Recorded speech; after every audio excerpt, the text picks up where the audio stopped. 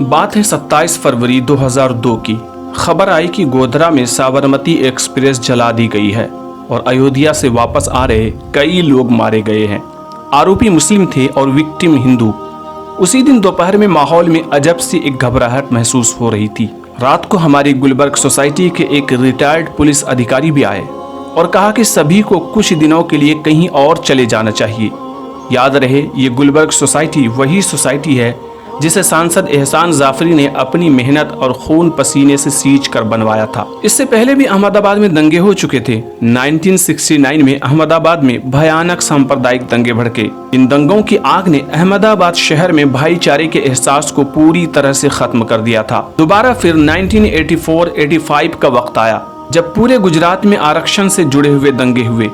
राजनीति ने थोड़े समय में अगड़ों पिछड़ों की दुश्मनी को एक टर्न दे दिया और मामला बदलकर हिंदू मुस्लिम के बीच सांप्रदायिक दंगे की शक्ल में बदल गया। और फिर उस वक्त भी गुलबर्ग सोसाइटी पर दंगाइयों ने हमला किया था। लेकिन इस 2002 के दंगे में मुझे लगा कि नहीं, हम हमेशा से यहाँ रहते आए हैं, कभी भी कुछ नहीं हुआ और पुलिस भी तो हमारी हिफाजत के खातिर है।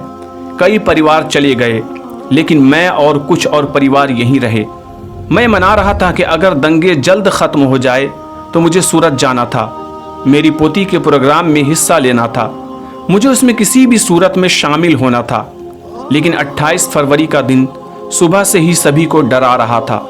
गुलबर्ग सोसाइटी के दरवाजे पर पुलिस का पहरा था, इसलिए मुझे यकीन था सुबह 10 बजे से ही दंगाइयों की भीड़ गुलबर्ग सोसाइटी के बाहर जमा हो रही थी।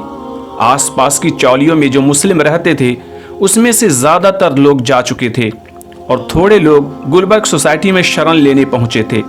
उन्हें यकीन था कि जाफरी साहब रसूखदार इंसान हैं, पूर्व सांसद भी रह चुके हैं, सत्ता में उनकी सुनी जाती है, पुलिस अधिकारियों से लेकर बड़े बड़े राजनेताओं के साथ उनके संबंध हैं, इसलिए हमें कोई दिक्कत नहीं आनी चाहिए। शुरुआत में पुलिस ने एक आध बार कुछ लोगों को वहां से भगाया भी। ज्वाइंट पुलिस कमिश्नर साहब आकर मुझे यकीन दिला कर गए, लेकिन 11 बजे के बाद हालात ठीक नहीं लग रहे थे। धीरे धीरे लोगों की भीड़ बढ़ती जा रही थी।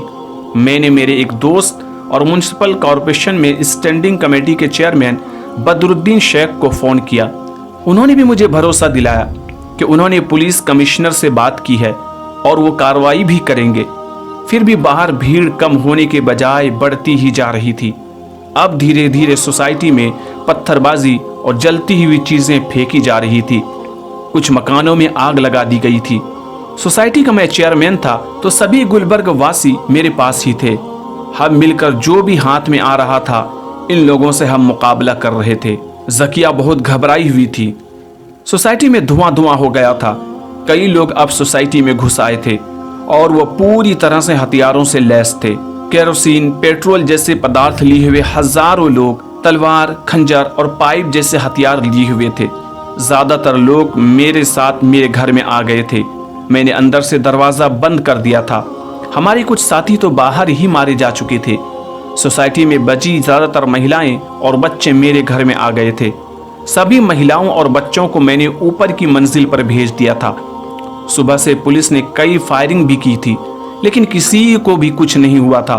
मेरी मौत के बाद पुलिस जांच में पता चला कि पुलिस ने तकरीबन 61 राउंड गोलियां चलाई थी, लेकिन एक भी आदमी को मामूली चोट नहीं आई।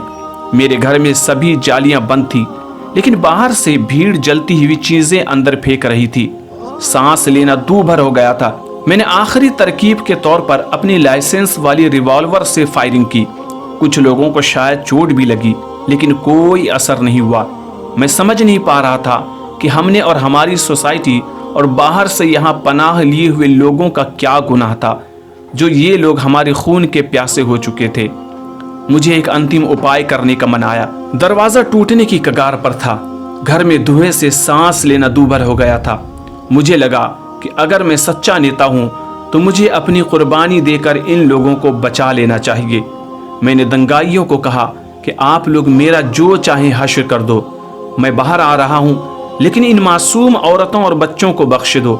मैं बाहर निकल आया था, अपने आप को उनके हवाले कर चुका था। फिर मेरी सुध बुध जैसे खो गई। इतने सारे लोग, कोई तलवार मार रहा था, कोई चाकू खंजर चला रहा था। शरीर का कोई भी हिस्सा नहीं था जहां खून नहीं था। मुझे घसीटकर सोसाइटी के बाहर ले जाया गया। कुछ मुझ पर केरोसिन या पेट्रोल पता नहीं क्या डाल रहे थे। मुझे आग लगा दी गई, लेकिन मेरी चीख भी नहीं निकल पाई। मैं तो कब का मर चुका था। मुझे पता था कि मुझे जनाजा भी नसीब नहीं होगा। पता नहीं मेरी कुर्बानी काम आएगी भी या नहीं, क्योंकि मैं तो अब आत्मा या रूह जो कहें वो रह गया हूँ। इस जैसी हजारों दास्तानें उस गुजरात की हैवानियत और बर्बरियत के जुल्म में पिन्हा है, जो इंसान की रूह को झकझोर देने के लिए काफी है। उसी हैवानियत और बर्बरियत की कहानी में एक दास्तान है बिल्किस बानो की, जिसके इंसाफ के लिए हम सबको अपनी आवाज को बुलंद करना है। प्यारे दोस्तों, ये कहानी है एहसान जाफरी की, जो हिंदुस्तान के पूर्व सांसद रह चुके हैं। उन जालिम और बर्बर लोगों ने कत्ल कर दिया था। प्यारे दोस्तों, इस तरह की और भी बहुत सारी स्टोरीज जो आपके दिल को दहला देगी, हम इस चैनल पर डालते रहेंगे। अगर इस तरह की तारीख और हिस्ट्री से जुड़ी हुई वीडियोस आप देखना चाहते हैं, चैनल को ज़रूर सब्सक्राइब कर लीजिएगा, बेल नोटिफिकेशन ऑन ज़रूर कर लीजिएगा, इस वीडियो को लाइक ज़रूर कीजिएगा, हो सके तो शेयर भी ज़रूर कर दीजिएगा।